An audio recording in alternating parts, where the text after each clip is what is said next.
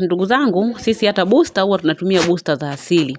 Kwa hiyo leo nitakupa hii booster ya asili ambayo huwa tunaitumia hasa msimu huu wa baridi. Huwa tunatumia sana sana pilipili pamoja na tangawizi. Kuku wako ukiona hawachangamki msimu wa baridi, basi kwenye maji yao weka tangawizi pamoja na pilipili, japokuwa unaweza kuongeza na kitunguu saumu, lakini kwa pilipili na tangawizi vitawafanya kuku wako wachangamke. Yaani hata ukiwapa maji ambayo yana tangawizi pamoja na pilipili, kuku wako hata kama walikuwa wamejibana kule kwenye kona hawachangamki, basi utakuta kuku wako wanatoka pale wanachangamka, wanaendelea kudonoa, wanazurura mle kwenye banda. Kwa hiyo hii ni booster ambayo huwa tunaitumia kwa ajili ya kuwastimulate kuku hasa msimu wa baridi. Lakini vile vile kama kuku wamestop kutaga msimu wa baridi, ukiwapa huu mchanganyo, kuku wako watataga, kwa sababu huwa wanaacha kutaga kwa sababu ya stress ya baridi. Ukiwapa mchanganyo ambao una pilipili pamoja na tangawizi, basi kuku wako wanaweza kutengeneza joto na wanaendelea na maisha yao kama ambayo walikuwa nayo siku nyingine. Kwa hiyo ukiona kuku wako wamestop kutaga, ukiona kuku wako au vifaranga wako hawachangamki kwa sababu ya baridi au wamestop kutaga, basi huu mchanganyo utakufaa.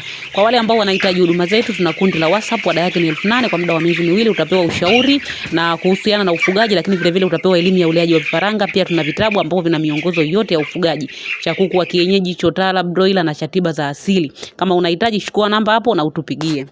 Kila kitabu gharama yake ni 10,000 tu. Ukilipia unatumiwa soft copy kwa njia ya WhatsApp, lakini pia tunauza incubator nzuri na za kisasa. Unaweza pia kutufuatilia kule YouTube, tunaitwa KingoFarm. Ukiandika tu KingoFarm utatupata kule YouTube, utakuta makala nyingi sana za ufugaji wa kuku kwa kutumia vitu vya asili.